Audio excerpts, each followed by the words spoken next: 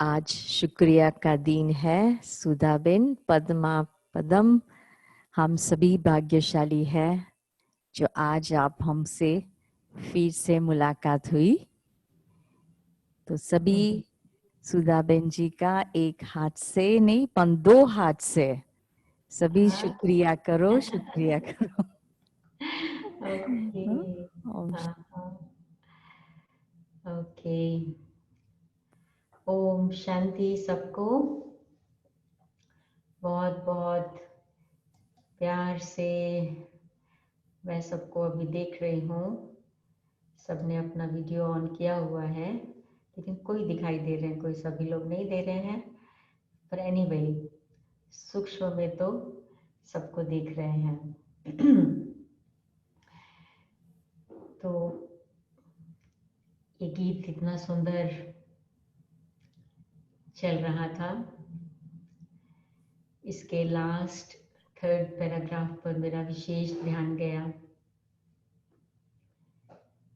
कि दुनिया में इतने भूले भटके हुए लोग हैं,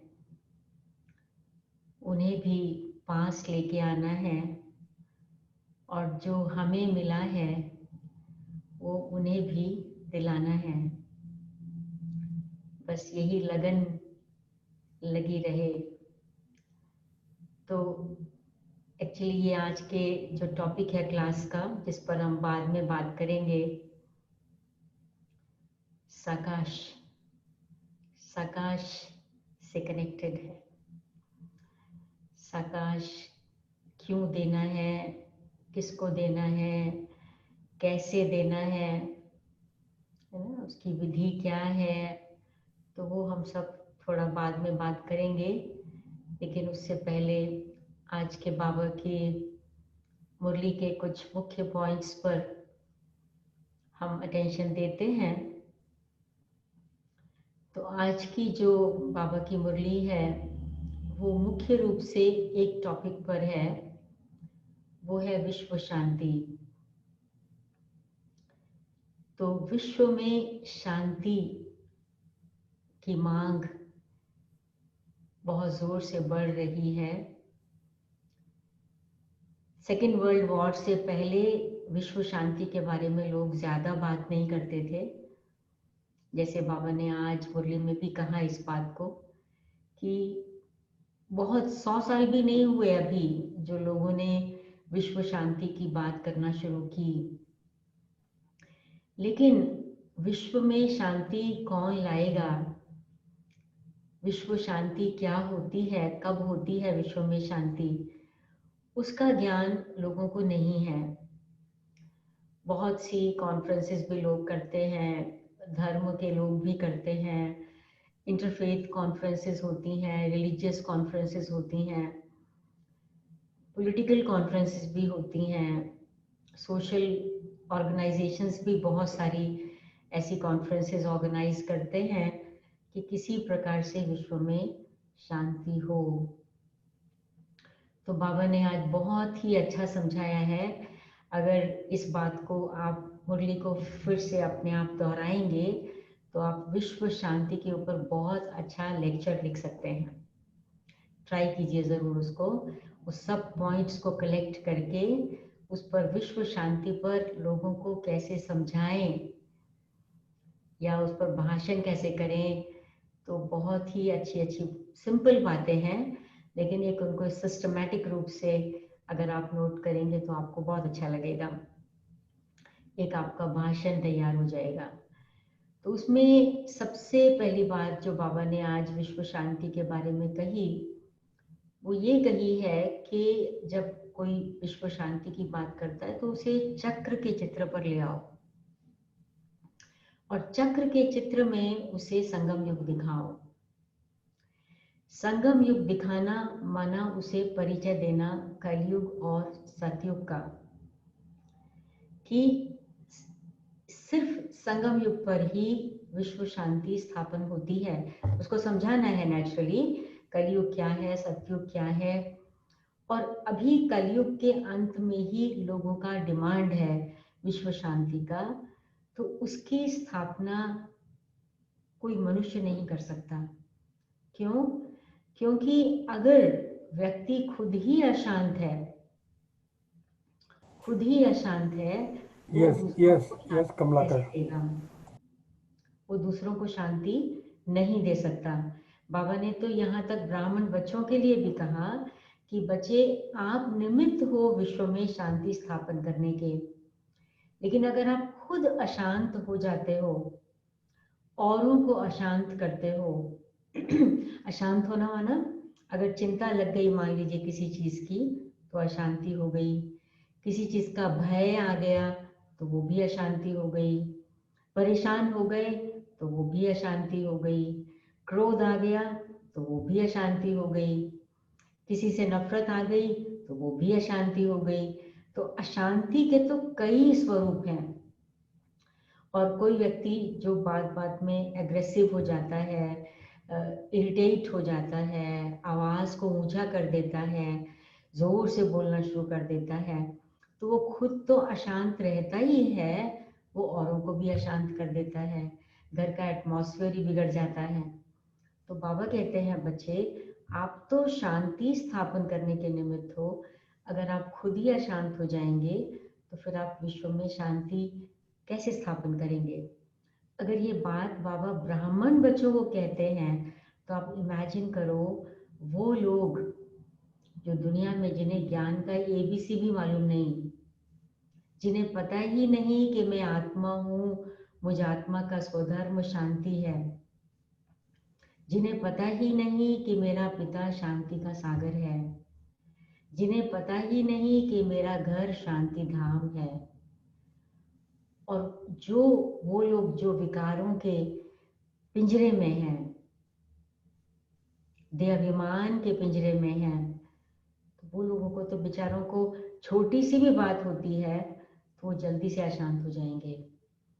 तो बाबा ने कहा उनको आप संगम युग पर लेके आओ और उनको बताओ कि कैसे शांति का सागर ही शांति स्थापन कर सकता है। और वो कैसे स्थापन करता है, फिर उनको ये बताओ कि वो ये ज्ञान देता है कि तुम आत्मा हो, शांति को ढूंढने जाने की जरूरत नहीं है।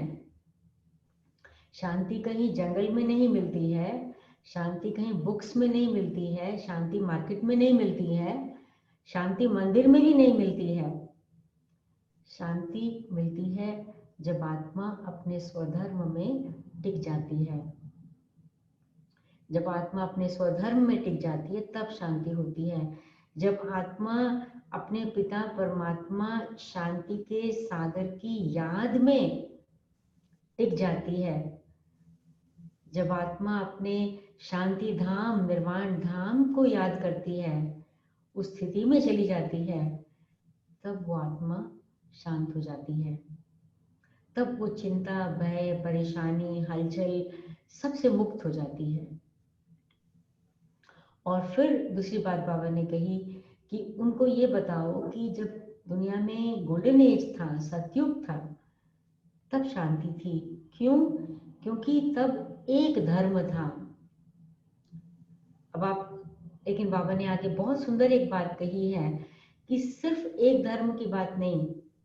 आप इमेजिन कीजिए आज की दुनिया में मान लीजिए एक धर्म हो भी जाए, सब धर्म खत्म होके एक धर्म रह जाए, कोई सा भी, चाहे क्रिश्चियनिटी, चाहे बुद्धिज्म, चाहे इस्लाम, चाहे जुडाइज्म, कोई भी एक धर्म, हिंदुइज्म, कोई भी एक धर्म रह जाए, तो क्या शांति होगी?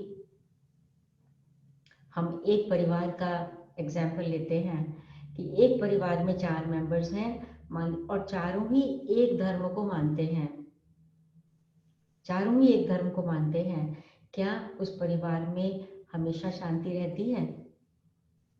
नहीं रहती है। क्यों नहीं रहती? तो सिर्फ एक धर्म के होने से शांति नहीं होती।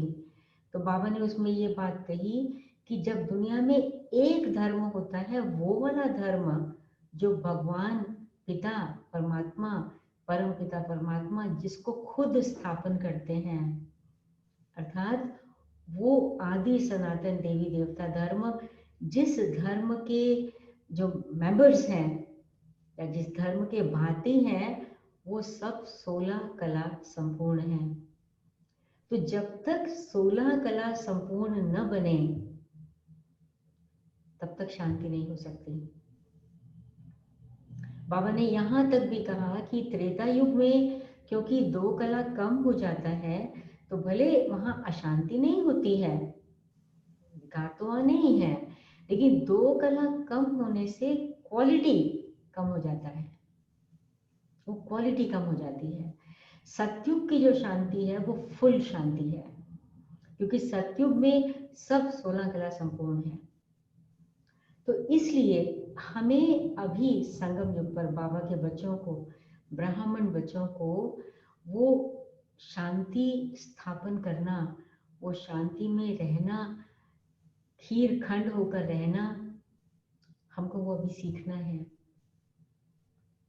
सतयुग में तो हम नेचुरली खीर खंड होंगे। बाबा कहते हैं वहां पर तो झगड़े की बात ही कोई नहीं, वहां तो कोई आर्ग्यूमेंट भी नहीं करता है। हाँ, आप कोई बहस नहीं होती वहां पर।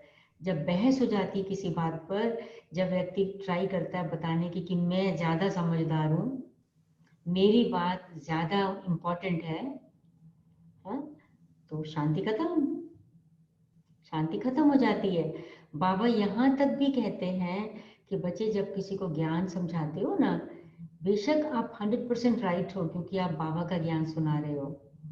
मान लीजिए आप किसी को समझा रहे हो कि परमात्मा सर्वव्यापी नहीं है, वो कहता है नहीं परमात्मा सर्वव्यापी है, वो शास्त्रों में से कुछ मिसालें देता है, बताता है उस शास्त्र में ये लिखा, वहां ये लिखा, वो अपनी एक्सप्लेनेशन देता है और आप अपनी एक्सप्लेनेशन देते हैं, बात बढ़ जाती है, वो मानता नहीं। तो बाबा कहते नहीं, आपको चुप हो जाना चाहिए, आपको आर्ग्यूमेंट नहीं करना चाहिए, क्योंकि आर्ग्यूमेंट से आप नहीं समझा पाएंगे, वो नहीं समझ पाएगा। तो खीर खंड होके रहना वो हमको अभी सीखना है। अभी हम पूरी तरह से सीखे नहीं हैं, पूरी तरह से नहीं। किसी के साथ तो इजीली खीर खंड हो जाता है और किसी के साथ तो नहीं होता है। हमको लगता है कि ये व्यक्ति तो अच्छा है, इसका नेचर मेरे जैसा है, तो उसके साथ फिर खीर खंड हो जाता है। और जो मेरे जैसा नहीं है वो डिफरेंट है, उसकी ओपिनियन डिफरेंट है, उसकी चॉइस डिफरेंट है, उसका इंटरेस्ट डिफरेंट है, तो वहां पर अभिमान आ जाता है कि मैं इसकी बात क्यों मानूं, दूसरा सोचेगा मैं इसकी बात क्यों मानूं, तो वहां अशांति हो जाती है। तो इसलिए बाबा ने आज बहुत अच्छी बात ये भी बताई शांति में, बच्चे अगर आपको कोई भी कारण से अशांति होती है तो आप शिव बाबा के पास आओ। शिव बाबा हीरा है ना, तो वो आपको एकदम 1 सेकंड में एक युक्ति दे देगा कि बच्चे तुम ये करो और तुमको शांति हो जाएगी। तुम और कोई बात की चिंता नहीं करो, यानी जिस समय मन अशांत होने लगे फौरन बाबा के पास चले जाएं, बाबा के रूम में चले जाएं, बुद्धि से बाबा के पास चले जाएं, बुद्धि से मधुबन पहुंच जाएं, बुद्धि से बाबा के कमरे में पहुंच जाएं, बाबा की कुटिया में पहुंच जाएं, परम धाम पहुंच जाएं। बाबा मेरा मन अशांत हो रहा है, क्यों? क्योंकि बाबा कहते बच्चे तुम तो विश्व में शांति लाने वाले हो। फिर इसी कनेक्शन में बाबा ने ये भी कहा कि आपको अपने आप को देखना है, मेरे में कोई अवगुण तो नहीं है, मेरी कोई ऐसी आदत तो नहीं है जिस आदत की वजह से मुझे ये भूल जाता है कि मैं तो शिव बाबा का बच्चा हूँ, मैं तो शिव बाबा का बच्चा हूँ और शिव बाबा के बच्चे की चलन तो बहुत दिव्य होनी चाहिए। लेकिन कोई आदतों से मजबूर होकर के, चाहता नहीं है लेकिन कोई आदतों से मजबूर होकर के उसकी चलन पर वो ध्यान नहीं देता, उसको भूल जाता है कि मैं तो शिव बाबा का बच्चा हूँ। हम हैं बाबा के बच्चे, लेकिन उस समय जिस समय आदत हावी हो जाती है उस समय ये बात विस्मृत हो जाती है कि मैं शिव बाबा का बच्चा हूँ।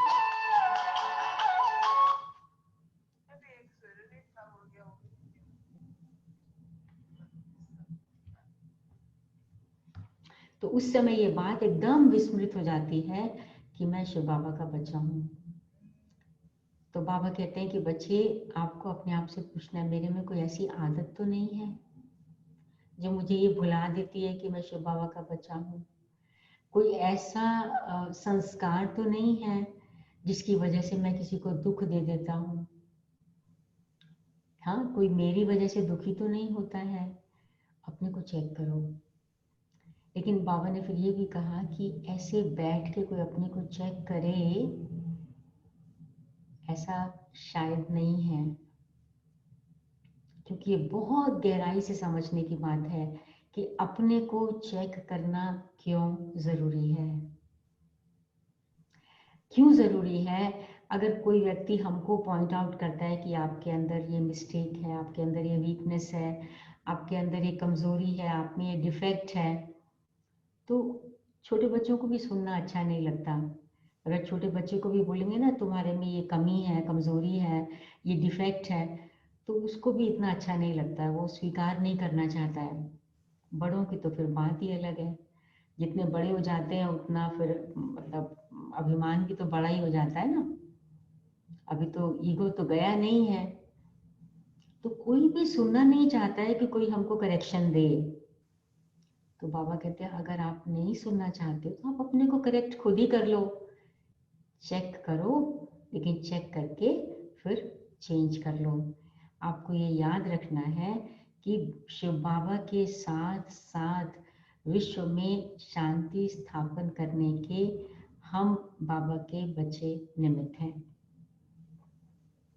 हम बाबा के राइट हैंड्स हैं, हम बाबा के इंस्ट्रूमेंट्स हैं जिन्हें विश्व में शांति स्थापन करनी है। अच्छा, फिर उसके बाद एक तो ये बाबा की आज की मुरली में विश्व शांति पर बहुत सारे पॉइंट्स थे, तो जिसमें आप अगर आप मुरली को पढ़ेंगे पूरी तरीके से तो आपको पॉइंट्स मिलेंगे बहुत सारे। फिर एक बात और बाबा ने कही थी कि देखो बच्चे, जब आप मधुबन में होते हो तो मधुबन में तो अपना घर है, कोई डर तो नहीं है वहाँ पर। तो रात को भी कोई भी समय कोई 2 बजे उठ करके भी बाबा के कमरे में जाके बैठ सकता है, योग लगा सकता है। बाकी सेंटर्स पर तो टाइम फिक्स रखना पड़ता है कि भाई कितने बजे आओ, कितने बजे जाओ, सेंटर्स पर तो टाइम होता है। लेकिन मधुबन में ऐसी कोई बात नहीं है, कोई भी समय हम उठ करके, अपना जो सेंटर निवासी हैं वो भी कोई समय उठ करके योग लगा सकते हैं। लेकिन बाबा इतनी प्रैक्टिकल जिसको कहते हैं ना, हमको ज्ञान देता है कि बच्चे ऐसा नहीं होना चाहिए कि आप रात को तो उठ गए, रात को 2 बजे उठ करके आपने योग लगाया और फिर जब मुरली सुनने का समय आया तो मुरली सुनने के समय झुटका मार रहे हैं, मुरली सुनने के समय झुटका लगा दिया, तो पढ़ाई तो मिस हो गई। तो वो नहीं होना चाहिए। ऐसा नहीं क्योंकि मैं 2 बजे उठा था ना तो इसलिए मुझे मुरली के समय सोना अलाउड है या मुरली के समय झुटका मारना अलाउड है। नो, अब योग का सब्जेक्ट योग का सब्जेक्ट है, पढ़ाई का सब्जेक्ट पढ़ाई का सब्जेक्ट है ना। जैसे स्कूल में होता है कि इंग्लिश भी पढ़ना है, मैथमेटिक्स भी पढ़ना है, साइंस भी पढ़ना है, अलग अलग सब्जेक्ट्स हैं। कोई बच्चा ये नहीं कह सकता कि मेरे इंग्लिश में 95% मार्क्स हैं, अगर मैथमेटिक्स में 20% आ गए तो भी काफ़ी है, नहीं चलेगा ना, उसमें भी हमको पूरे मार्क्स लेने पड़ेंगे। तो इसलिए ऐसे ही हमारे जो ये चारों सब्जेक्ट्स हैं बहुत इम्पॉर्टेंट है, तो हमें इस पर चारों पर ही ध्यान देना है। लेकिन इसमें बाबा ने एक बात और कही कि अब मान लीजिए कोई 2 बजे उठ गया, रात को घर में है योग लगाने के लिए, 2 से लेके उसने 4 बजे तक 5 बजे तक योग किया, बहुत अच्छा योग किया, वेरी गुड। उसके बाद मान लीजिए चलो उठा, चाय नहा के धो के कुछ चाय वाय पी, कुछ किया, मुरली का टाइम, क्लास में पहुंचने का टाइम, चलो आजकल तो ऑनलाइन चल रहा है, वैसे जब सेंटर पे पहुंचने का टाइम मान लीजिए 7 बजे है या 6:30 बजे, जितने बजे भी आपके पास होता है, तो योग किया, लेकिन फ्रेश हो गए, नहा लिया, चाय कॉफ़ी पी लिया और पहुंचते पहुंचते क्लास में लेट हो गए, टाइम पर नहीं आए। तो आप सोचिए ज़रा बाबा क्या कहता है, कोई बच्चे ने योग भी किया, स्नान भी किया, फ्रेश भी हो गया, लेकिन क्लास में अगर वो लेट पहुंचा तो ऐसे बच्चे को फरमान बरदार नहीं कहेंगे। सुना? तो योग लगाना अपना सब्जेक्ट है, टाइम पर पहुंचना क्लास में वो एक और सब्जेक्ट है, पंक्चुअलिटी का। ऐसा नहीं कि उसमें मार्क्स ज़्यादा मिल गए तो यहाँ कम भी हो तो चलेगा, ऐसा नहीं। तो बाबा हमारी अटेंशन सभी बातों पर ही खिंचवाते हैं कि बच्चे ऐसा करना चाहिए जो आपका जो बैलेंस्ड लाइफस्टाइल हो।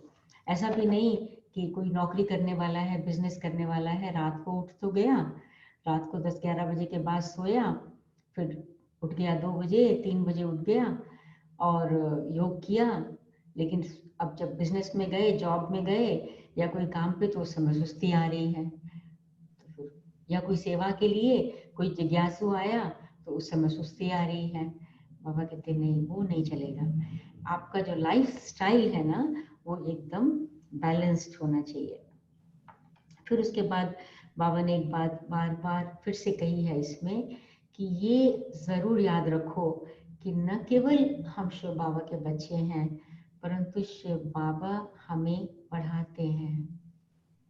हमारा जो टीचर है, हमारा टीचर शिव बाबा है। निमित्त टीचर्स बहनें हैं, बाबा ने कईयों को निमित्त बनाया है, लेकिन जो उन बहनों का भी टीचर है वो शिव बाबा है, वो सुप्रीम टीचर है। ज्ञान उसी का है, जो ज्ञान शिव बाबा ने ब्रह्मा मुख के द्वारा हम बच्चों को दिया है। इसलिए ये कभी भी भूलना नहीं चाहिए कि शिव बाबा हमारा टीचर है। ये धारणा बहुत पक्का होना चाहिए। जब मुरली सुनते हैं, मान लीजिए अभी क्लास सुन रहे हैं मुरली के ऊपर ही, लेकिन कितना बुद्धि में है कि ये मैं बाबा की बातें सुन रही हूँ, बाबा की बातें सुन रहा हूँ, बाबा हमको पढ़ा रहा है। ये हमारे बुद्धि में बहुत बहुत क्लियर होना चाहिए। फिर एक और बहुत अच्छी बात है बाबा की मुरली में आज में कि दुनिया में बहुत सारे गुरु लोग हैं और उन गुरुओं के बहुत से फॉलोअर्स होते हैं। वो ज्ञान तो देते नहीं, लेकिन फॉलोअर्स उनके बहुत होते हैं। वो भक्ति सिखाते हैं, लेकिन भक्ति की भी अपनी शक्ति होती है। कोई अगर बहुत अच्छा भक्त होता है ना, तो उसकी भी अपनी शक्ति होती है। उस भक्ति की शक्ति के आधार पर जब वो लोगों को वो बातें सुनाते हैं तो लोग उससे प्रभावित हो जाते हैं और प्रभावित होकर के वो उनके फॉलोअर्स बन जाते हैं, फॉलोअर्स बन जाते हैं। तो बाबा कहते हैं बच्चे, धीरे धीरे तुम बच्चों में भी समझाने की ताकत आती जाएगी। एक तो यूं तो हम ज्ञान सुना ही सकते हैं, लेकिन बाबा जैसे बहुत बार कहते हैं कि खाली ज्ञान सुनाना ही काफी नहीं, लेकिन जो ज्ञान सुनाने वाला है ना उसमें ताकत होना चाहिए, उसके शब्दों में ताकत होनी चाहिए। और शब्दों में ताकत तब आती है जब हम उस ज्ञान को जो लोगों को सुना रहे हैं, जब हम उस ज्ञान को अपने जीवन में धारण कर लेते हैं, तब हमारी में ताकत आती है। जैसे बाबा पंडित जी का मिसाल देते हैं ना, आज तो नहीं दिया, बहुत बार देते हैं कि उसने कहा कि राम राम कहो तो तुम नदी पार हो जाओगे, और जब खुद का टर्न आया तो क्या कहता है, क्या बोलता है, जब उसका खुद का टर्न आया तो नाव कहाँ पर है? अरे तुम सबको तो बोला राम राम की नैया में पार हो जाएंगे, तो अपने टर्न पे कहते हो नाव कहाँ पर है? प्रैक्टिकल नहीं, वो पंडित हो गया। हम तो बाबा के बच्चे हैं, ज्ञानी बच्चे हैं, ज्ञानी तो आत्माएं हैं। तो बाबा कहते हैं बच्चे, समझाने की ताकत, ताकत चाहिए। थियोरेटिकली समझाना मुश्किल नहीं, वो बहुतों को आ सकता है, उसमें भी मेहनत लगती है थियोरेटिकली समझाने में भी। ऐसा नहीं कि ऐसे ही आ जाता है, उसके लिए भी प्रैक्टिस करना पड़ता है। लेकिन हमारे शब्दों में ताकत हो, उसके लिए एक तो बाबा की याद चाहिए और वो धारणा चाहिए अपने अंदर, वो धारणा चाहिए, तब हमारे अंदर वो ताकत आ जाती है।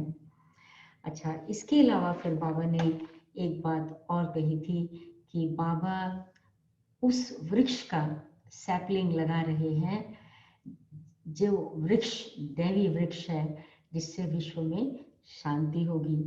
तो बाबा अभी सैपलिंग लगा रहे हैं शांत, सुखी, शांत विश्व का। और वो सैपलिंग कौन है? वो सैपलिंग हम ही हैं। हम शूद्र थे, हमें बाबा ने उस शूद्र वर्ण से निकाल करके ब्राह्मण बनाया, ब्रह्मा बाबा के थ्रू। और ब्राह्मण बनाया तो हम सैपलिंग बन गए, जो नया वृक्ष का कलम लग रहा है, तो उस नए वृक्ष की कलम हम हैं। तो ये होता है स्वाभिमान, स्वमान। मैं कौन हूँ? मैं भगवान के द्वारा लगाए गए दैवी वृक्ष की कलम का एक पार्ट हूँ। मैं फाउंडेशन हूँ। तो अगर मैं फाउंडेशन हूँ तो कितना स्ट्रॉन्ग मेरे को होना चाहिए, कितना अंदर से पावरफुल होना चाहिए। तो इस प्रकार आज की बाबा की मुरली की ये सब बातें हैं। और बाबा उसमें बार बार हमारी चलन पर भी ध्यान दिलवा रहे हैं कि चलन कैसी होनी चाहिए भगवान के बच्चों की और भगवान के स्टूडेंट्स की। तो ये भी आप ज़रूर मुरली पढ़ लीजिए। और इसके बाद तो फिर बाबा सब बच्चों को याद प्यार दे रहे हैं, जैसे रोज़ देते हैं कि मीठे मीठे सिक्के लते बच्चों प्रति माता पिता बाप दादा का याद प्यार और गुड मॉर्निंग। रूहानी बाप की रूहानी बच्चों को नमस्ते। रूहानी बच्चों की रूहानी बाप को नमस्ते। तो ये है बाबा की मुरली। अब हम वरदान बाबा का पढ़ लेते हैं। आज का वरदान है, एक बाप दूसरा न कोई। एक बाप दूसरा न कोई, इस स्मृति से बंधन मुक्त योग युक्त, बंधन मुक्त और योग युक्त भव। अब इसका एक्सप्लेनेशन है, अब घर जाने का समय है, इसलिए अब घर जाने का समय है, इसलिए बंधन मुक्त और योग युक्त बनो। बंधन मुक्त माना लूज ड्रेस। ये जो देह है ना, हमारा ड्रेस है, ये टाइट नहीं होना चाहिए, इससे हमें कोई अटैचमेंट ना हो। बंधन मुक्त अर्थात लूज ड्रेस, टाइट नहीं। ऑर्डर मिला और सेकंड में गया। बाबा के बच्चे बस 1 सेकंड में अशरीरी परम धाम पहुंच जाओ, और आत्मा परम धाम पहुंच गई। तो ये है बंधन मुक्त की निशानी। तो ऐसे बंधन मुक्त योग युक्त स्थिति का वरदान प्राप्त करने के लिए सदा ये वायदा स्मृति में रहे, मेरा तो एक बाबा दूसरा न कोई। क्योंकि घर जाने के लिए या सत्युगी राज्य में आने के लिए इस पुराने शरीर को तो छोड़ना पड़ेगा। तो चेक करो, एवर रेडी बने हैं?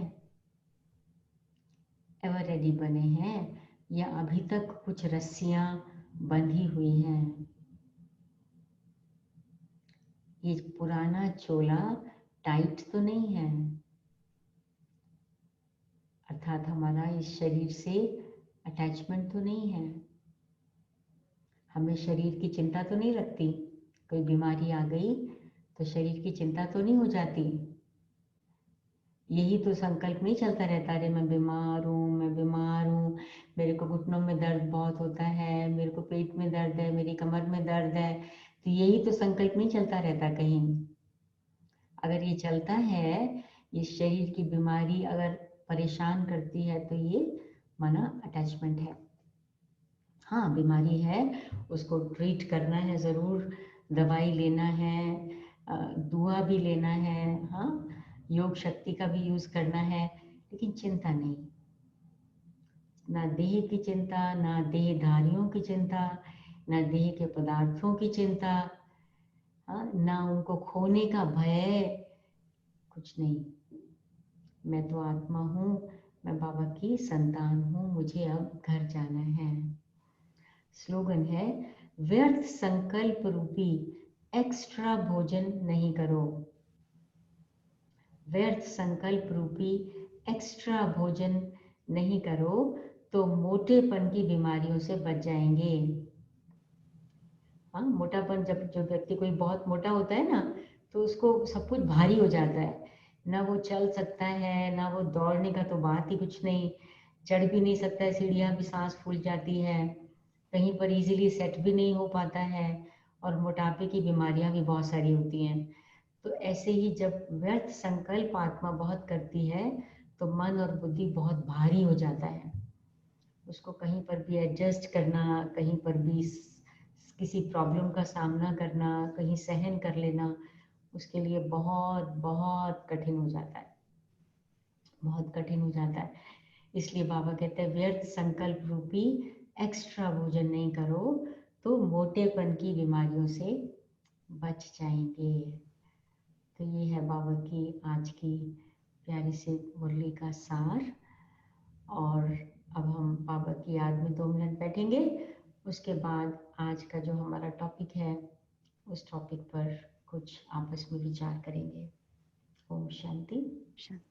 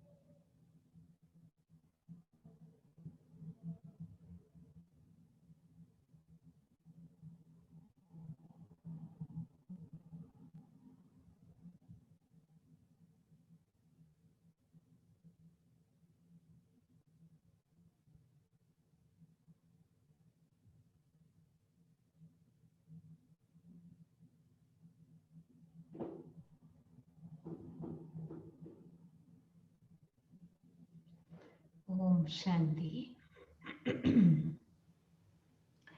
तो आज का जो टॉपिक मुझे बताया गया था वो है सकाश। सकाश देने की विधि। लेकिन इससे पहले मैं देने की विधि पर बातचीत करूं। एक्चुअली तो सकाश लेने की विधि भी है और फिर देने की भी विधि है। तो लेकिन उससे पहले ये हमें सोचना है कि सकाश होता क्या है, और ये सकाश का शब्द कब से शुरू हुआ, और मतलब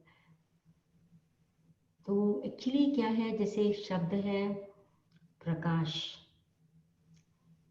तो सकाश और प्रकाश बहुत क्लोज हैं आपस में। तो सकाश में क्या होता है, सकाश में प्रकाश देना होता है या प्रकाश लेना होता है। प्रकाश क्या है, लाइट। अगर हम ज्ञान के दृष्टिकोण से देखते हैं तो हमें ये पता है कि ज्ञान प्रकाश है, नॉलेज इज लाइट।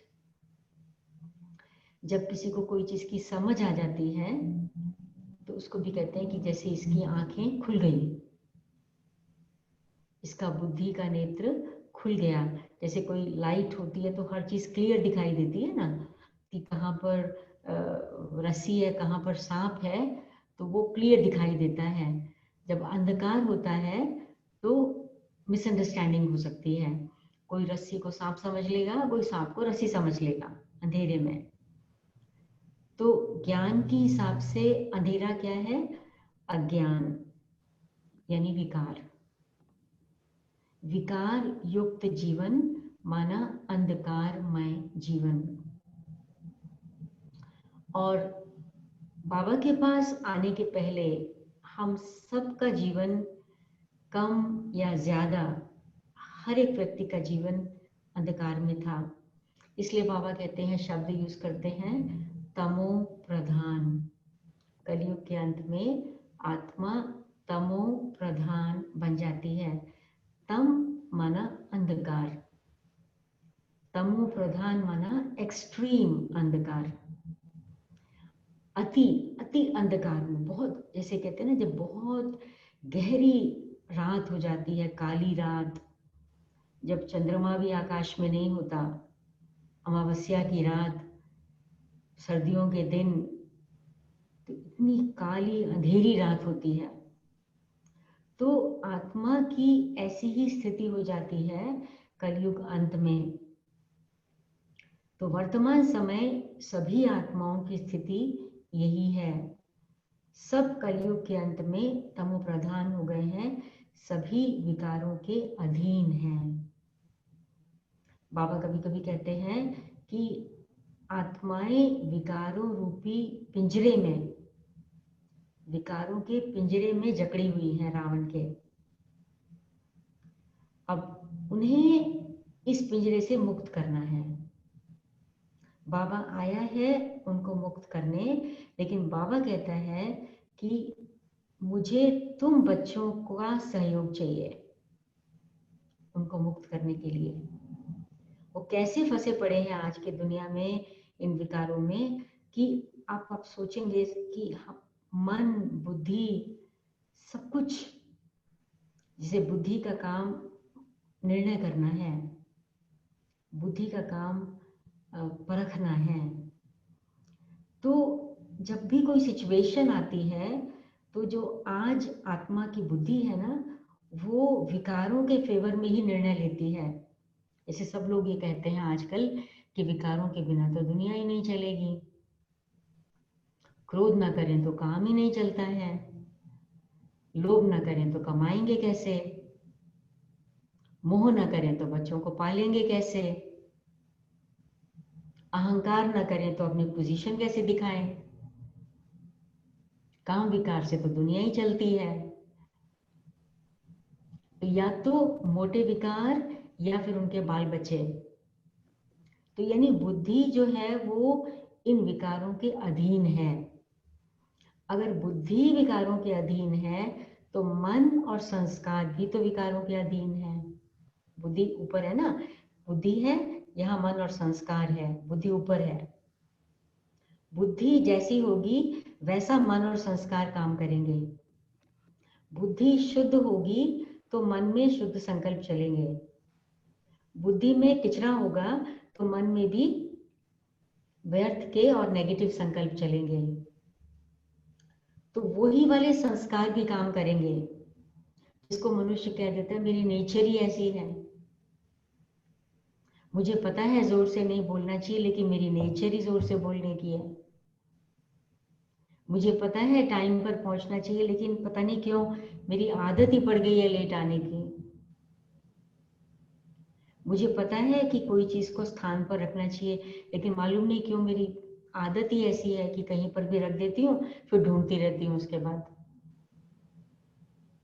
तो क्यों? क्योंकि बुद्धि जब तक सतो प्रधान स्वच्छ नहीं बनी, तो हमारे मन और संस्कार भी उसी कैटेगरी में काम करते हैं।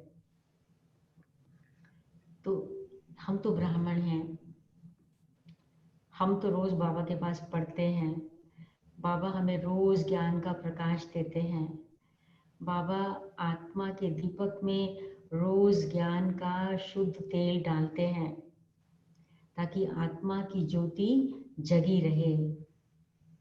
लेकिन आप सोचो, जो दुनिया में लोग हैं, जो दुनिया के लोग हैं, चलो जो करोड़ों लोग हैं उनकी भी बात छोड़ दीजिए, इतने सारे लोग ऐसे हैं जो बाबा के घरों में आते हैं। चलो आजकल तो नहीं आ रहे पेंडेमिक के कारण से, कोई पब्लिक प्रोग्राम्स नहीं हो रहे, लेकिन ऑनलाइन प्रोग्राम्स भी होते हैं। कितने लोग देखते हैं, कितने लोग सुनते हैं, कितने लोग इससे पहले पब्लिक लेक्चर्स में आए होंगे, प्रोग्राम्स में आए होंगे। मधुबन में कितने लोग आते हैं। जब आते हैं तो उनको इतना अच्छा लगता है, कहते हैं बहुत अच्छा है, बहुत अच्छा, हम दोबारा ज़रूर आएंगे, हम ज़रूर सीखेंगे, हम ज़रूर कोर्स करेंगे, हम ज़रूर फॉलो करेंगे। लेकिन जब घर पहुंच जाते हैं, दुनिया में जाते हैं, वहाँ का वातावरण इतना प्रभावित कर देता है कि जो प्रॉमिस करके आए थे वो प्रॉमिस ही भूल जाता है। ऐसा नहीं कि वो चाहते नहीं हैं, चाहते नहीं हैं। हम भी बाबा के बच्चे हैं, मान लीजिए, हम भी बहुत प्रॉमिस करते हैं, शिवरात्रि पे भी प्रॉमिस करेंगे, नया साल आएगा प्रॉमिस करेंगे, रक्षाबंधन पर भी प्रॉमिस करेंगे, दिवाली पर भी प्रॉमिस करेंगे। लेकिन कुछ समय के बाद वो प्रॉमिस ही भूल जाता है। अगर बाबा हमसे पूछे, बच्चे तुमने प्रॉमिस किया था तो क्या तुम करना नहीं चाहते हो, तुमने किया नहीं, तुमने कहा था बाबा आज के बाद मैं रोज अमृत वेले उठूंगी, तो तुम तो उठती नहीं हो रोज अमृत वेले। बाबा आज के बाद मैं रोज टाइम पर पहुंचूंगी, तुम तो टाइम पर पहुंचे नहीं, तो तुम क्या नहीं चाहते हो? नहीं नहीं बाबा, बहुत चाहती हूँ, बहुत चाहती हूँ। लेकिन पता नहीं होता नहीं है, होता नहीं है। तो उसकी वजह क्या है? उसकी वजह क्या है कि आत्मा में वो शक्ति नहीं है। अगर हम ब्राह्मणों में ही ऐसा हो जाता है, हम ही अपना प्रॉमिस नहीं रख पाते हैं, तो आप इमेजिन करो लोगों की क्या हालत है, लोगों की क्या हालत होगी। तो अब इसलिए अगर हम उन आत्माओं को, फिर वो मैं याद दिलाती हूँ गीत, जो गीत शुरू शुरू में चला था, कि जो भूले भटके हैं उनको फिर से राह पर लाना है, उनको पास लाना है। जो हमें मिला है वो उन्हें दिलाना है, जो हमें मिला है वो उन्हें दिलाना है। तो क्या हमारी बुद्धि में ये ख्याल, ये लगन हमेशा रहती है?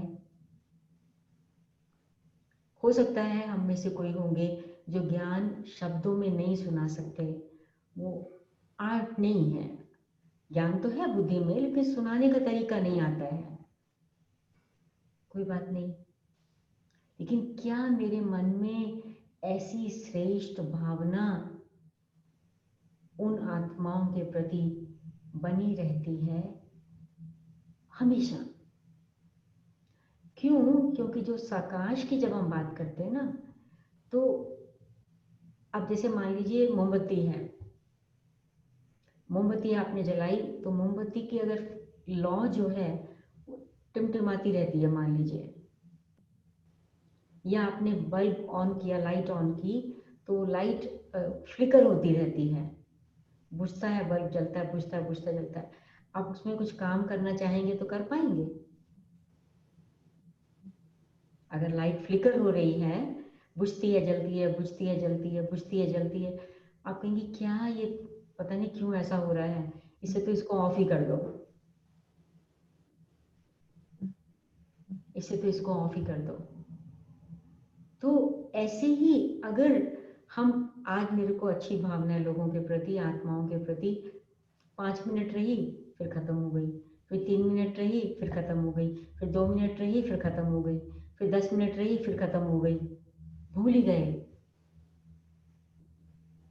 तो ये कांस्टेंट लाइट तो है ही नहीं।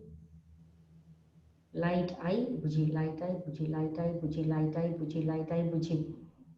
तो वो जो हम भावना अच्छी रखते हैं लोगों के प्रति, हमारी वाइब्रेशंस उन तक पहुंचती नहीं है। तो साकाश देने की विधि में सबसे पहली बात है कांस्टेंट शुभ भावना, लगातार, स्वयं के प्रति, ब्राह्मणों के प्रति और सर्वात्माओं के प्रति। कॉन्सेंट्रेटेड, एकाग्रचित। जब व्यक्ति एकाग्र होता है ना, एकाग्रता में शक्ति होती है। अगर एकाग्रता नहीं है तो उसमें शक्ति नहीं होगी। मेरी शुभ भावना तो है, मेरे को कोई अशुभ भावना नहीं है, लेकिन वो शुभ भावना कॉन्स्टेंटली रहे और हर एक के प्रति रहे। हम अगर ये एक्सपेरिमेंट करना चाहते हैं तो हम ब्राह्मणों के ऊपर भी कर सकते हैं। मान लीजिए कोई ब्राह्मण है, लापरवाह है, अच्छा है, बहुत सारी अच्छी क्वालिटीज हैं उसके अंदर, लेकिन वो जो प्रॉमिस रख कर देता है ना, वो कीप नहीं करता, प्रॉमिस को रखता नहीं। कहेगा मैं ये काम कर दूंगा, लेकिन करता नहीं है। हम उस पर विश्वास कर लेते हैं, वो करता नहीं है। तो अब क्या करें? तो हमको मन में एक इम्प्रेशन पड़ जाता है, ये है ही ऐसा व्यक्ति, कहेगा तो बहुत कुछ, लेकिन करता करता करता कुछ नहीं है। अब अब फैक्ट है ये कि वो करता नहीं है। लेकिन अगर हम साकाश की बात करते हैं, तो हम उस आत्मा के प्रति वो भावना कि नहीं, ये व्यक्ति बहुत अच्छा है, ये व्यक्ति जरूर अपना प्रॉमिस रखेगा, जरूर रखेगा। हो सकता है कल तक नहीं रखा था, लेकिन आज जरूर रखेगा, आज जरूर रखेगा, आज जरूर रखेगा। तो वो कॉन्स्टेंटली मेरी शुभ भावना रहेगी, तो मेरी शुभ भावना उस आत्मा तक पहुंचेगी। अगर मन में एक बार भी बीच में संकल्प आ जाएगा ना, मैंने कह तो दिया इस व्यक्ति को ये करने के लिए, लेकिन पता नहीं, इतनी बार का तो मेरा एक्सपीरियंस यही है कि ये करता कभी नहीं है। तो जैसे आटा गूंद के उसमें पानी की बाल्टी डाल दी, तो सब खत्म हो गया।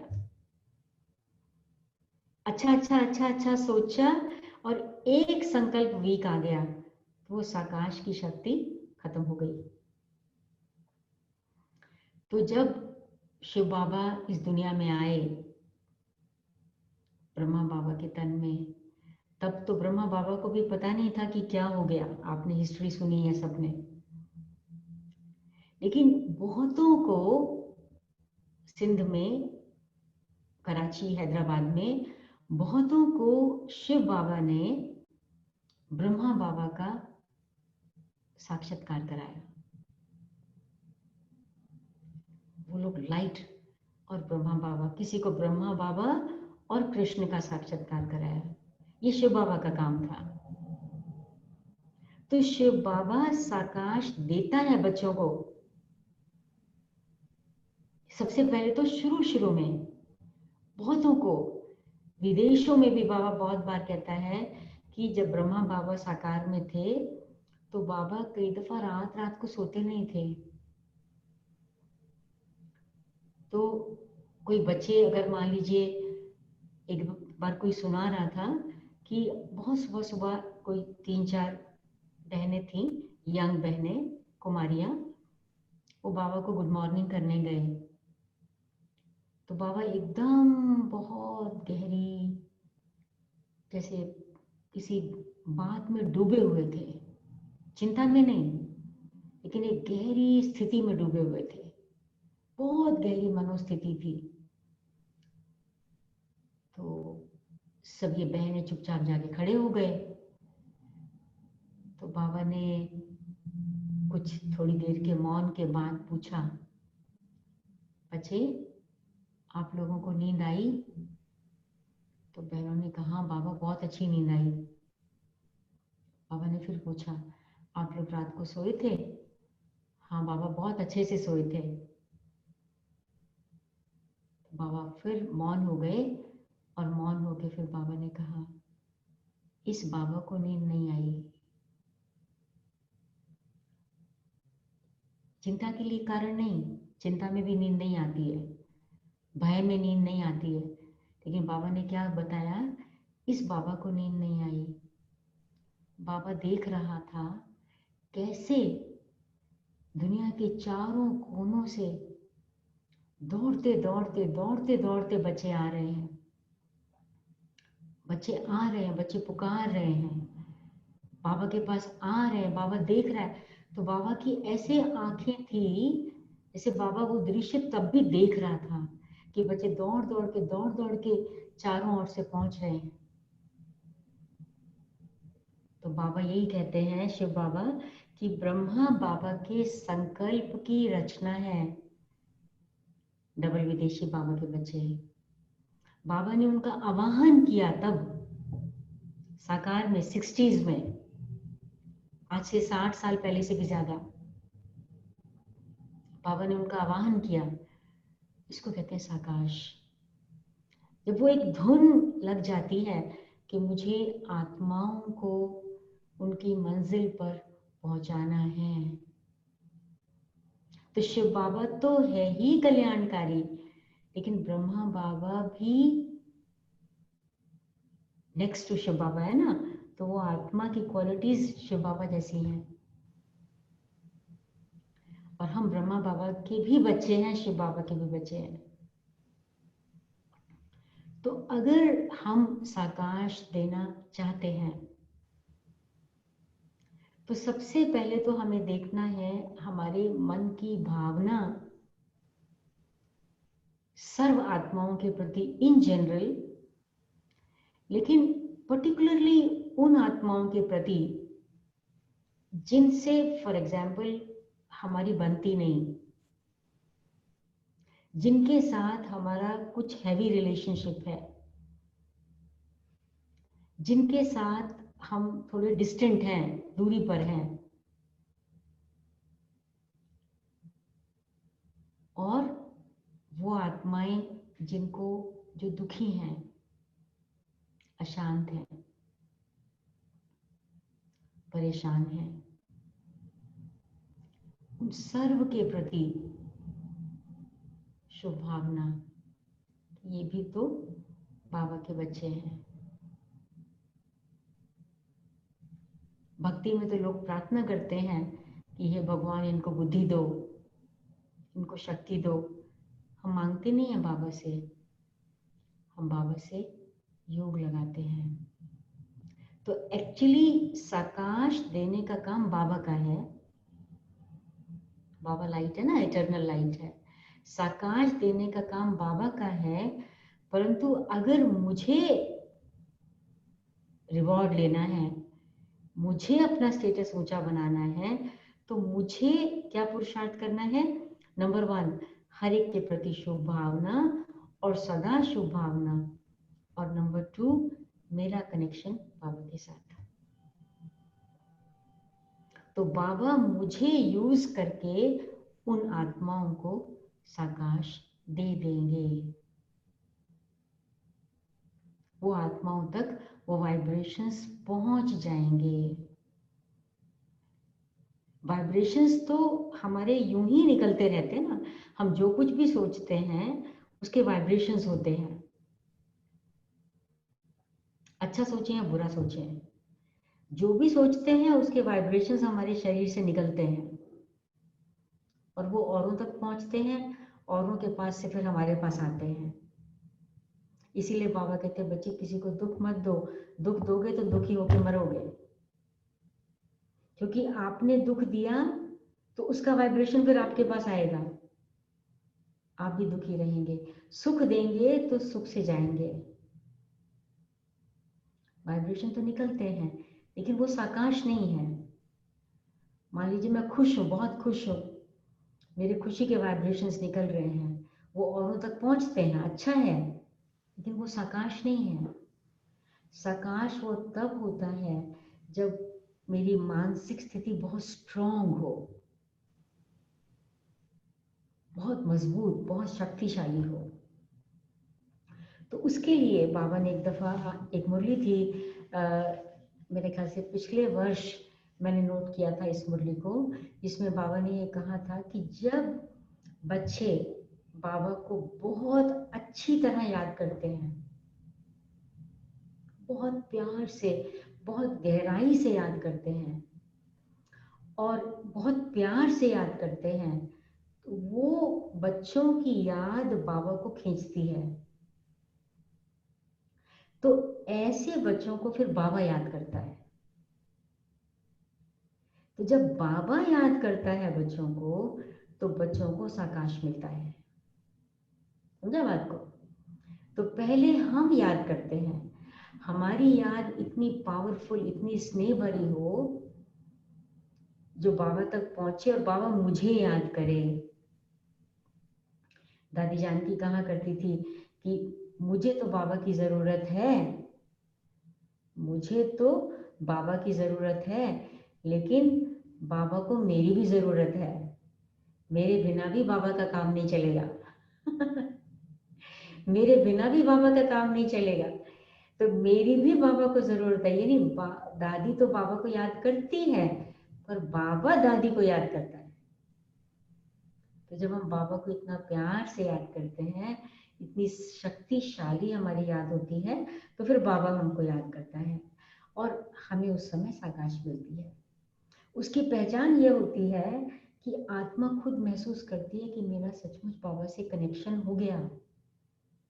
आत्मा अपने आप को भरपूर महसूस करती है कि मैं भरपूर होती जा रही हूँ, होती जा रही हूँ, होती जा रही हूँ। तो बाबा ने उस मुरली में कहा था कि जब बाबा आपको याद करता है, तब आप हेल्दी बन जाते हो, आप पवित्र बन जाते हो, आपका जो आयु है वो बढ़ जाती है, जब बाबा आपको याद करता है। तो इसलिए अच्छा, फिर दूसरी बात उसमें ये आती है कि ब्रह्मा बाबा भी साकाश देता है जब बच्चे शिव बाबा को याद करते हैं।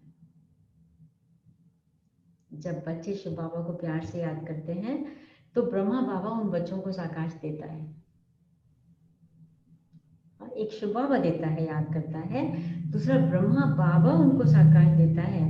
तब ब्रह्मा बाबा शिव बाबा को बहुत याद करता है, बहुत याद करता है, क्योंकि बाबा जानता है कि ये बाबा का बड़ा अच्छा बच्चा है, बड़ा अच्छा सेवाधारी बच्चा है। इस सेवाधारी बच्चे के मार्ग में कोई विघ्न नहीं आना चाहिए, इस सेवाधारी बच्चे को बहुत सफलता मिलनी चाहिए। तो ब्रह्मा बाबा फिर शिव बाबा को याद करता है उस भावना से। जब ब्रह्मा बाबा शिव बाबा को उस भावना से याद करता है, तो शिव ब्रह्मा बाबा को कभी कभी फिर नींद भी नहीं आती कि इस बच्चे का विघ्न टल जाए, अगर आ गया तो, आ भी गया तो ये बच्चे का विघ्न टल जाए। तो फिर उस बच्चे को साकाश मिलता है। तो साकाश लेने के हम योग्य बाबा से तब बनते हैं जब हम आज्ञाकारी हों, श्रीमत को फॉलो करें, फरमान बरदार हो, हमारा योग बहुत अच्छा हो, हम निष्काम सेवाधारी हो, मान शान की इच्छा के बिना हम सेवा करते रहें, और जो जिम्मेवारी लें उस जिम्मेवारी को पूरा करें। मुझे याद आता है, आप लोगों ने नाम सुना होगा विश्व किशोर दादा। विश्व किशोर दादा ब्रह्मा बाबा के लौकिक में भतीजे थे। तो यज्ञ में वो ब्रह्मा बाबा के राइट हैंड थे। तो बाबा कभी भी किसी भी समय कोई भी डिफिकल्ट से डिफिकल्ट कुछ काम आ जाए ना, तो बाबा विश्व किशोर दादा को ही कहते थे, बच्चे जाके करो। और विश्व किशोर दादा कभी भी मना नहीं करते थे, कभी भी। चाहे वो असंभव से असंभव काम होगा ना, तो उसको संभव करना है। क्यों? क्योंकि शिव बाबा ने कहा है ब्रह्मा बाबा के द्वारा, और शिव बाबा सब कुछ जानता है, ये असंभव भी संभव हो जाएगा। तो दादा विश्व किशोर कभी मना नहीं करते थे। तो जब विश्व किशोर दादा लास्ट में एक समय आया था जब शरीर छोड़ रहे थे, शरीर छोड़ने का समय, तो उनको शायद कोई ऑपरेशन था, वो बॉम्बे में थे। तो बाबा की मुरली चली विशेष, जिसमें बाबा ने कहा कि बाबा आज सारी रात उस विश्व बच्चे को बाबा ने साकाश दिया, ताकि वो आत्मा, शरीर तो छोड़ना है उसको, लेकिन उसको शरीर छोड़ने समय तकलीफ नहीं होनी चाहिए। शरीर छोड़ने के समय उसको कोई तकलीफ ना हो। तो जब आत्मा ऐसी जिम्मेवार होती है भगवान के कार्य में, तो वो योग्य बन जाती है साकाश लेने के। और आप सोचिए, जब अगर शिव बाबा से, ब्रह्मा बाबा से साकाश मिल रहा है, तो क्या हमारी स्थिति हो जाएगी? तो हमारी स्थिति तो बहुत बढ़िया हो जाएगी, है ना। फिर उसके बाद आती है साकाश देने की बात में क्या आती है कि साकाश देने के लिए एक होता है इन जनरल सबको साकाश देना है। जैसे मैंने शुरू शुरू में कहा कि दुनिया में सभी अशांत है लोग। बाबा कहते हैं बच्चे अमृत वेले उठकर इनको सबको शांति का दान दो। लेकिन अगर मैंने अमृत वेले उठ के अच्छे से बाबा की याद में बैठ के पूरे विश्व के ग्लोब को इमर्ज करके आत्माओं को इमर्ज करके बाबा को याद में उन आत्माओं को शांति का दान पहुंचाया, 5 मिनट 10 मिनट 15 मिनट, लेकिन दिन में कोई घटना घट गई, कोई परिस्थिति आ गई, कोई बात हो गई और हम अशांत हो गए, तो वो जो हमने शांति सुबह भेजी थी तो वो क्या हो जाएगा, वो कट हो जाएगी। उधर से शांति भेज दी, उधर से अशांति भी भेज दी। उधर से झाड़ू लगा दिया, उधर से पीछे का दरवाजा खोल दिया, सारा कचरा आ गया अंदर। उधर से धुलाई कर दिया, उधर से हमने कचरा डाल दिया। तो बाबा कहते हैं कि ऐसा नहीं कि आप सवेरे तो शांति दे दी, लेकिन वो शांति उनके पास तब रह पाएगी जब आप दिन भर में अपने को शांत रखेंगे। कोई भी परिस्थिति हो, परिस्थिति है ना, मुझे उस परिस्थिति को अपनी स्व स्थिति से बदलना है। मेरी स्व स्थिति का असर परिस्थिति पर होना चाहिए, न कि परिस्थिति का असर मेरी स्थिति पर होना चाहिए। स्व स्थिति मेरी है, परिस्थिति पराई है। मैं स्ट्रांग हूं, मेरी पावरफुल स्थिति परिस्थिति को चेंज कर सकती है। अगर चेंज न भी कर सके, कम से कम परिस्थिति मेरी स्थिति को हलचल में डामाडोल नहीं करनी चाहिए। जबकि हमें पता चल गया कि मुझ आत्मा का स्वधर्म ही शांति है। मेरा धर्म शांति है, तो मेरा कर्म शांति फैलाना है। इसको कहते हैं साकाश। यानी मेरी स्थिति सेवा करे।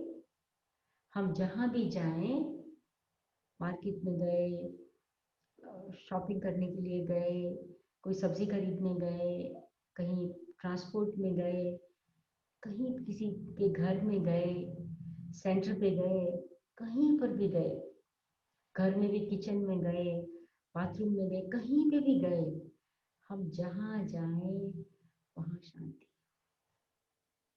यानी जैसे मान लीजिए कोई बहुत खुशबूदार चीज होती है, उस खुशबूदार चीज को आप कहीं पे भी रख देंगे, वो खुशबू फैलेगी कहीं पे भी।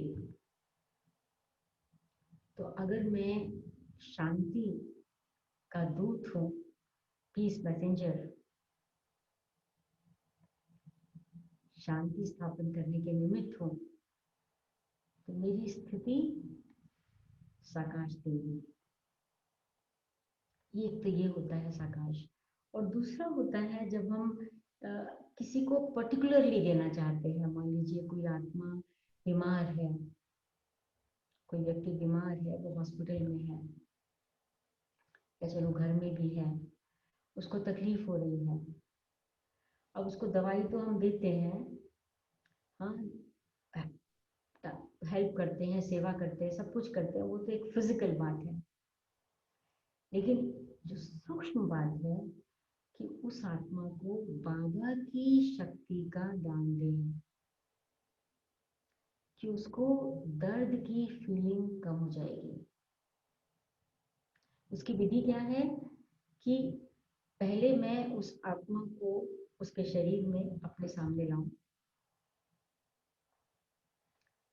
फिर उस आत्मा को बाबा के पास ले जाऊं, सूक्ष्म वतन में। और बाबा, ये आपका बच्चा है और मैं आत्मा भी बाबा से कनेक्टेड हूँ। और लेकिन बस मैंने बाबा के पास उस आत्मा को बिठा दिया और अब मैं बाबा की याद में हूँ। मैं उस आत्मा को याद नहीं करती अभी। पहला संकल्प उस आत्मा के प्रति है और मैंने अपना काम कर दिया, उस आत्मा को बाबा के पास पहुंचा दिया। अब मैं बाबा की याद में हूँ। तो जो मैं बाबा को याद कर रही हूँ, जिससे वो जो वातावरण बन रहा है, जो वाइब्रेशंस फैल रहा है, वो वाइब्रेशन उस आत्मा को पहुंचेगा, उसे शक्ति देगा। उसको कहते हैं साकाश। क्योंकि बाबा ने ये कहा था कि साकाश देना बाबा का काम है। बाबा है तो मेरा कनेक्शन बाबा से हो तो साकाश आत्माओं को पहुंचता है। और उसके लिए बहुत बहुत बहुत जरूरी हो जाता है कि हम अपने आप को अंदर अपने स्टॉक शांति का, प्रेम का, शक्ति का, पवित्रता का अपने में स्टॉक भरें। बहुत इकट्ठी करें, शांति शक्ति इकट्ठी करें, खोई नहीं। इसलिए बाबा कहते हैं कम सोचो, कम बोलो, धीरे सोचो, धीरे बोलो, शक्ति वेस्ट मत करो, शांति को गवाओ नहीं।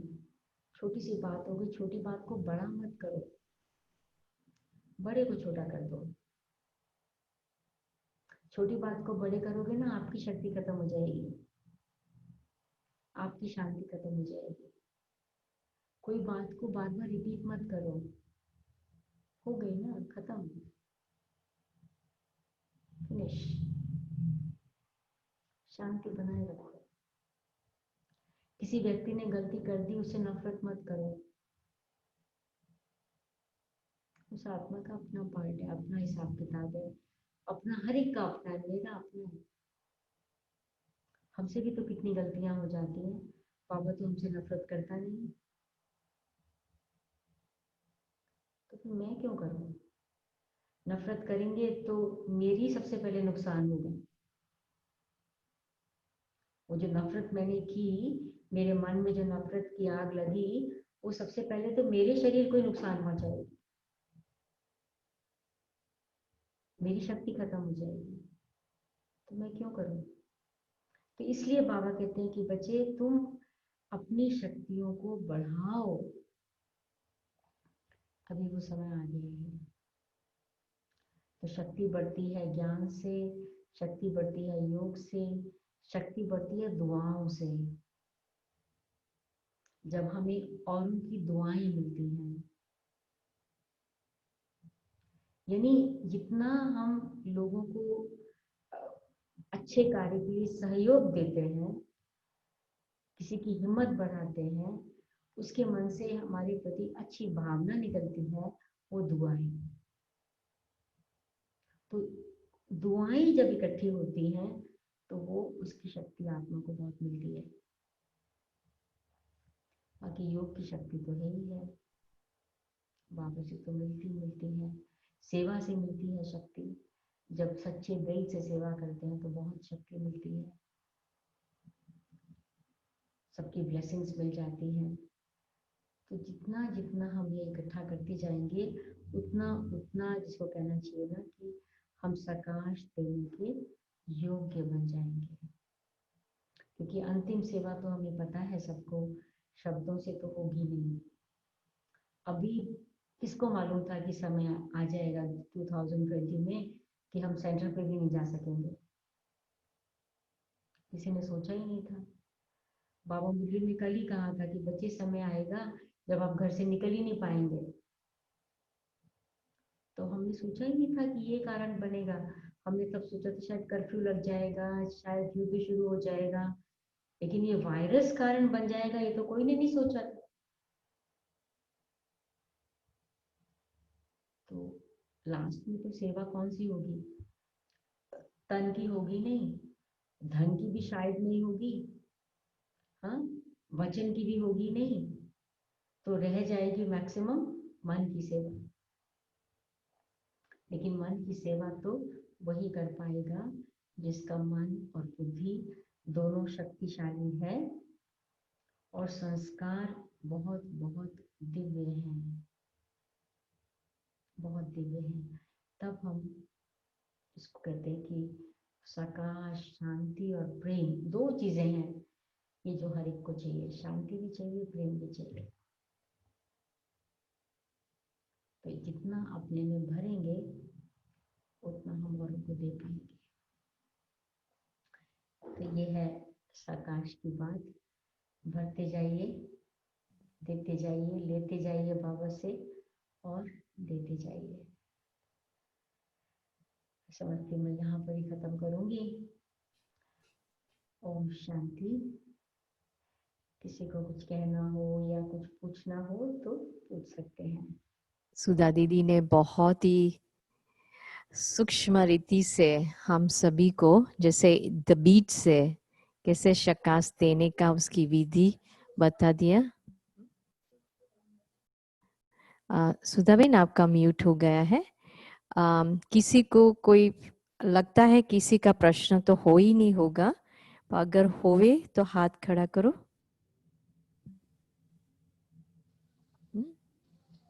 सुधा बेन, दीदी मैं एक प्रश्न पूछ सकती हूँ?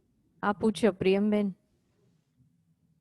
प्रियम बेन जब पूछो। से लॉकडाउन हुआ है, ओके, ओम शांति। जब से लॉकडाउन हुआ है 4 महीने से, वैसे तो परिस्थिति सब में सभी के घर में आती है, लेकिन मेरे साथ बहुत कुछ हो रहा है। जैसे परिवार में बीमारी बहुत लोगों को है, धंधे में थोड़ा है, फिर और भी है। तो सभी के साथ मैं बहुत सहयोग से, योग से काम कर लेती हूँ।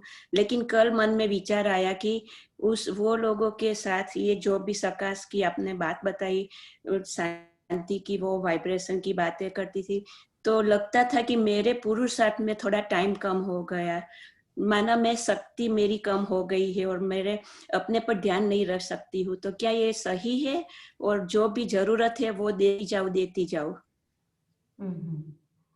नहीं, देखिए क्या है कि अगर आप अपनी ही शक्ति को यूज करते जाएंगे ना, बाबा से अगर आपका योग नहीं होगा और अपने पर ध्यान नहीं होगा, अपनी पढ़ाई पर ध्यान नहीं होगा, चिंतन मंथन पर ध्यान नहीं होगा, तो और आप औरों की सोच के उनको शांति का, शक्ति का दान देंगे तो आपकी शक्ति तब कम होगी। बाबा हमेशा इसलिए कहा है कि स्वयं की सेवा और सर्व की सेवा दोनों का बैलेंस चाहिए। आप सर्व की सेवा में लग गए और स्वयं की सेवा को अगर भूल गए तो आपकी शक्ति कब तब कम होगी। लेकिन अगर आप स्वयं की सेवा करते जा रहे हैं, यानी आप अपनी पढ़ाई नहीं छोड़ते, अपना मुरली का, अपना अमृत वेला, अपना योग लगाने का समय, अपना ट्रैफिक कंट्रोल, ये आप डेफिनेटली करते हैं। भोजन खाते हैं, विशेष बाबा की याद में रह के बनाते हैं, बाबा की याद में खाते हैं, पानी पीते हैं, बाबा की याद में करते हैं, तो फिर आपकी शक्ति कम नहीं होगी।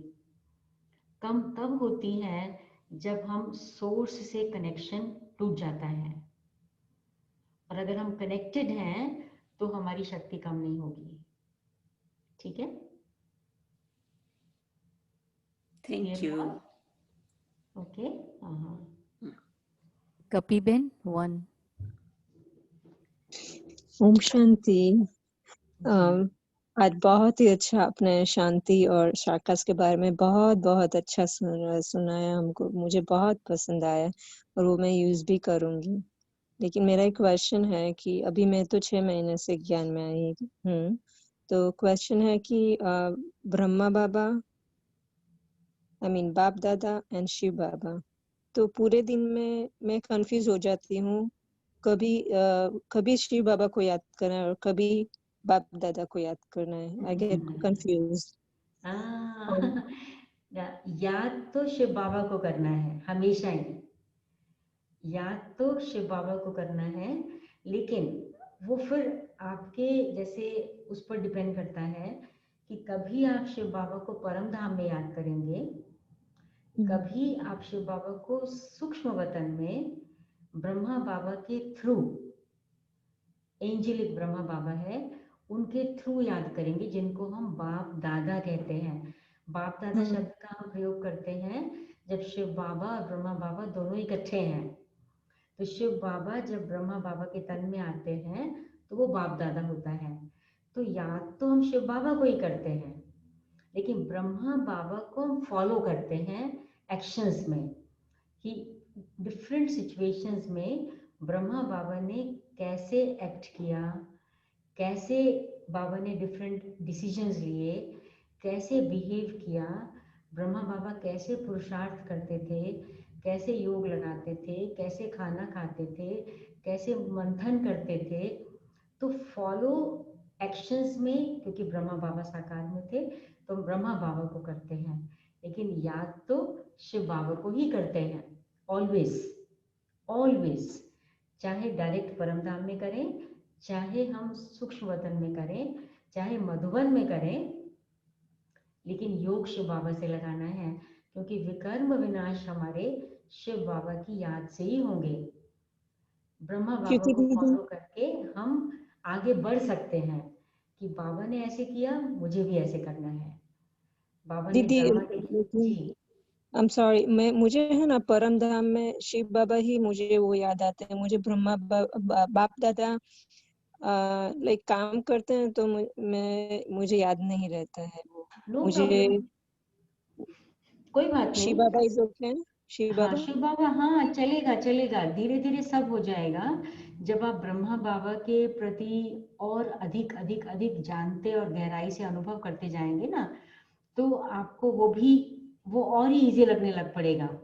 लेकिन अभी आपको शिव बाबा की याद आती है परम धाम में, उसी से योग लगता है, it's all right, everything is okay. Fine. Okay, हाँ ठीक है, thank you very much. Yes okay हाँ। और कुछ, किसी को कोई क्वेश्चन है किसको? हाँ बोलो, मंजू बेन बोलो। हाँ मंजू बेन बोलो। हाँ, ओम शांति बेन, आपने जो सकाश और प्रकाश के बारे में कहा तो मैं समझ तो गई, परंतु एक ही वाक्य में शॉर्ट में लिखना हो तो हम कैसे लिख सकते हैं सकाश और प्रकाश के बारे में? सकाश और प्रकाश के बारे में? अच्छा, सकाश है, सकाश माना प्रकाश पहुंचाना, प्रकाश पहुंचाना, चाहे वो शांति का प्रकाश, ज्ञान का प्रकाश, प्रेम का प्रकाश, शक्ति का प्रकाश। सकाश माना प्रकाश देना, प्रकाश पहुंचाना, वो है सकाश। ओके या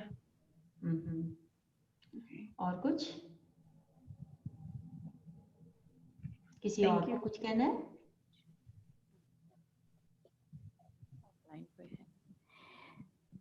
सिस्टर, आप कुछ व्यर्थ संकल्प के बारे में बताएंगे कि कैसे स्टॉप करना है? जस्ट शिव बाबा को ही याद करना है? नहीं, व्यर्थ संकल्प को स्टॉप करने की विधि 2-3 है। जितना जितना आपके बुद्धि में ज्ञान का खजाना बढ़ेगा, जितना जितना ज्ञान का खजाना बढ़ता जाएगा, the more you make knowledge as your treasure, बुद्धि भरपूर होती जाएगी, व्यर्थ संकल्प आपको छोड़ते जाएंगे। This is one. इसके लिए मुरली को बार बार स्टडी करना बहुत जरूरी है।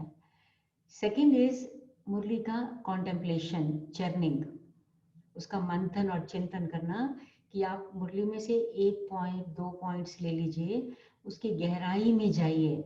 जैसे आज मैंने बाबा की मुरली को विश्व शांति की बात कही ना, तो जितने भी पॉइंट्स बाबा ने विश्व शांति के कहे हैं और जो इससे पहले मुरलियों में कहे हैं, तो उन सबको आप एक जगह पर लिख लीजिए, एक नोटबुक बना लीजिए, जिसमें आप एक एक टॉपिक पर कुछ कुछ पॉइंट्स लिखते जाएंगे। तो जैसे विश्व शांति पर आप लिखते जाइए, ऐड करते जाइए, तो आपका इंटरेस्ट उसमें डेवलप हो जाएगा।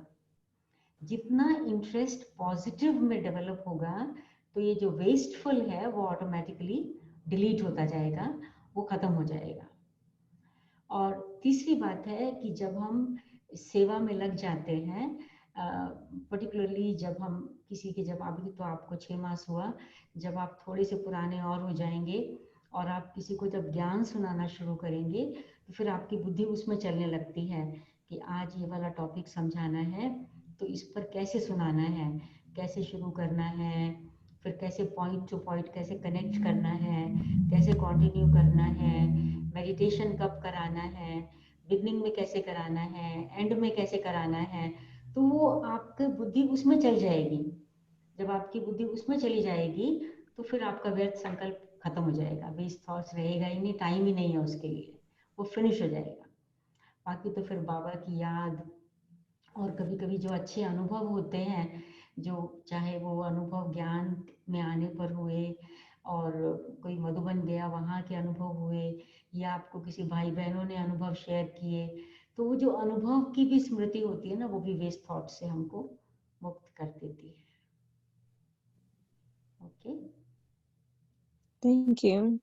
सुधाबेन, एक बहन ने प्रश्न पूछा कि आपको रशिया में कैसी चैलेंजेस आती है? अभी तो हम बूढ़े हो गए रशिया में रहते, अभी तो 31 इयर्स हो गया, तो चैलेंज तो मुझे कभी भी फील हुआ नहीं, 31 इयर्स अगो भी फील नहीं हुआ, अभी तो बात ही छोड़ दीजिए। बाकी सिचुएशंस तो सब जगह आती हैं, रशिया हो या अमेरिका हो या श्रीलंका हो या इंडिया हो, जहाँ पे भी हो, जब सत्य के मार्ग पर चलते हैं और सो भी आप अगर असत्य की दुनिया में रहते हुए अगर सत्य के मार्ग पर चलते हैं और सत्य को स्थापन करना होता है तो कई प्रकार की परिस्थितियों का सामना तो करना ही होता है। जब हम शुरू शुरू में आए थे तो मैं जब आई थी, मैं दिसंबर में आई थी और उस समय दिसंबर 89 में, तो यहाँ -25 डिग्रीज टेम्परेचर था और हम तो इंडिया में ओवरकोट और कैप और ये सब पहनते ही नहीं थे। कभी कार्डिगन तो होते थे, 2 पहन लिया, चलो शॉल ले लिया, लेकिन ऐसा टेम्परेचर था तो उसको आप चैलेंज कहिए या जो कुछ भी कहिए, परंतु but I did not feel it as a challenge. उस समय यहाँ पर कुछ भी नहीं मिलता था, आटा भी नहीं मिलता था यहाँ पर उस समय, मतलब कुछ साल तक ऐसा ही था। यहाँ पर केवल 3 सब्जियां थी, कैबेज, पोटैटो एंड कैरेट, बस। इसके अलावा चौथी सब्जी नहीं होती थी, दालें भी नहीं होती थी यहाँ पर कोई, और तो उसको भी आप चैलेंज कहिए या जो भी कहिए, परंतु ये सिचुएशन थी। फ्रूट भी नहीं थे, बहुत कम, कभी कभी इतना छोटा छोटा एप्पल होता था वो मिलता था, उस पर भी कभी कभी इतना अच्छी क्वालिटी का नहीं होता था। और फिर लैंग्वेज, हमको तो लैंग्वेज नहीं आती थी यहाँ की बिल्कुल भी, पता ही नहीं था, एकदम न्यू कल्चर, नए प्रकार के लोग, न्यू रिलीजन, न्यू सब कुछ नया था। और सो भी अकेले, मैं, लौकिक परिवार जो हमारा है वो भी अच्छा ही बड़ा परिवार है, और फिर जब मैं सेंटर पे रहना शुरू किया था तो वहाँ भी हम कुछ भाई बहन रहते थे, 1-2 नहीं, 7-8 हम लोग थे। तो मुझे अकेले तो रहने का कभी, मुझे सोच भी नहीं सकती थी कि कभी अकेले रहना पड़ेगा, और कभी सो भी कोई दूसरे देश में जहाँ के मैं लोगों को नहीं जानती, जहाँ की भाषा को नहीं जानती, जहाँ के कल्चर को नहीं जानती, उस देश में मुझे अकेले रहना होगा, और मेरे पास कोई पैसा भी नहीं होगा उस समय पर। और तो अब इसको आप कह सकते हैं चैलेंज, लेकिन मुझे याद नहीं आता कि कोई भी दिन एक ऐसा गुजरा होगा जिस दिन मुझे लगा होगा कि बस अभी मेरे को यहाँ नहीं रहना है, मैं वापस जा रही हूँ, मुझे वापस जाना है। क्योंकि जब सेवा का लक्ष्य होता है, जब हमने जीवन बाबा को सेवा में दे दिया, खुद हमने डिसीजन लिया कि मुझे ईश्वरीय सेवा में लगना है, विश्व की सेवा करनी है, तो फिर परिस्थितियां तो क्या है, तो कुछ ही नहीं है। बातें आती हैं चली जाती हैं, आती ही है जाने के लिए, टेस्ट करने के लिए कि हम कितने स्ट्रांग हो गए हैं, दैट्स ऑल, अनुभवी बनाने के लिए, nothing more than that. Thank you, शुक्रिया सुधा बेन। जी अभी हम सभी, क्योंकि सुधा बेन की तो काफी लेट हो गया है, तो हम सभी बाबा की याद में रहे और अंत में सुधा बेन को शुक्रिया का गीत गाना। ओके। भाई आप लगाओ।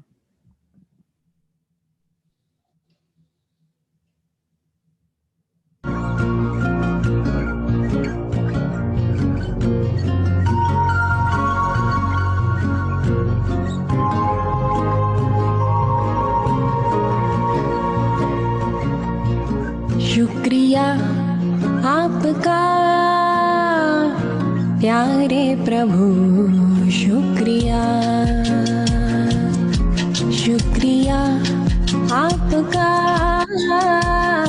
प्यारे प्रभु, शुक्रिया, मुझको जीवन दान दिया, अपना बना लिया, शुक्रिया आपका प्यारे प्रभु, शुक्रिया।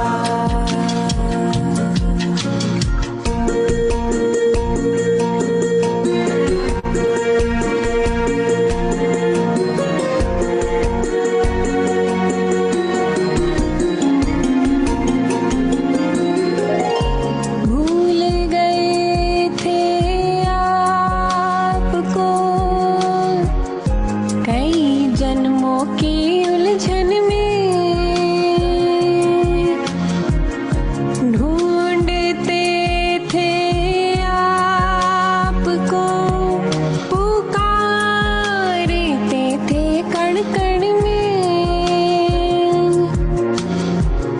पिंजरे के पंछी को गगन में उड़ा दिया, शुक्रिया आपका प्यारे प्रभु, शुक्रिया।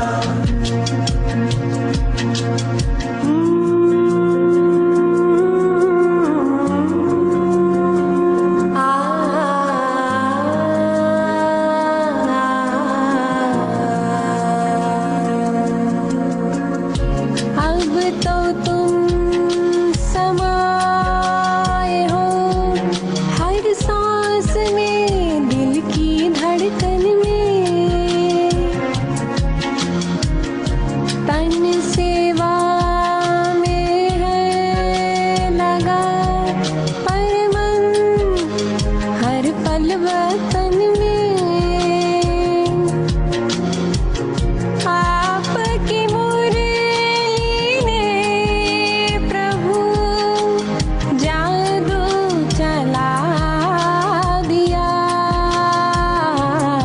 शुक्रिया आपका प्यारे प्रभु, शुक्रिया। शुक्रिया आपका प्यारे प्रभु, शुक्रिया, मुझको जीवन दान दिया, अपना बना लिया, शुक्रिया आपका प्यारे प्रभु, शुक्रिया।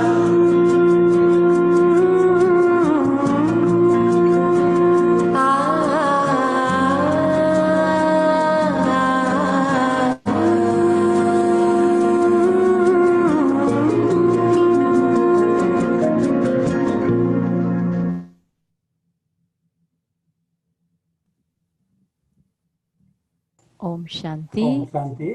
सभी दो हाथों से सुधा दीदी का बहुत ही शुक्रिया, शुक्रिया कि बहुत ही आज आप सबकी जो भी प्रश्न था सकाश के बारे में, तो मैं समझती हूँ कि जरूर आपने अनुभव करके अभी आप सबको सकाश देते रहना।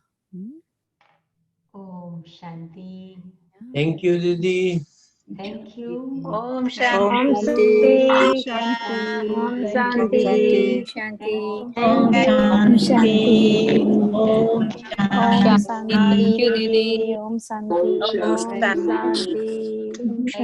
शांति शुक्रिया शांति दीदी है। Very good, good, great. शुक्रिया दीदी, शुक्रिया शुक्रिया शुक्रिया। Thank you. शुक्रिया ओम शांति। हम फिर दीदी से आप कौन सुधा यहाँ पे दीदी कौन को सी स्थिति में बुलाएंगे हैं? और ही गहराई में जाएंगे, क्योंकि सुधा दीदी के साथ बहुत अच्छा लगता है गहराई में जाने के लिए।